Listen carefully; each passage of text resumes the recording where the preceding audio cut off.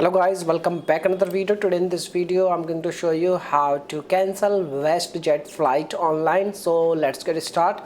First of all, you need to open any search browser and you need to type like cancel West flight online and WestJet flight online, and once you get the result you need to click on the second one result, self-service options, and once you click on self-service option you will be redirected to on this page like this one.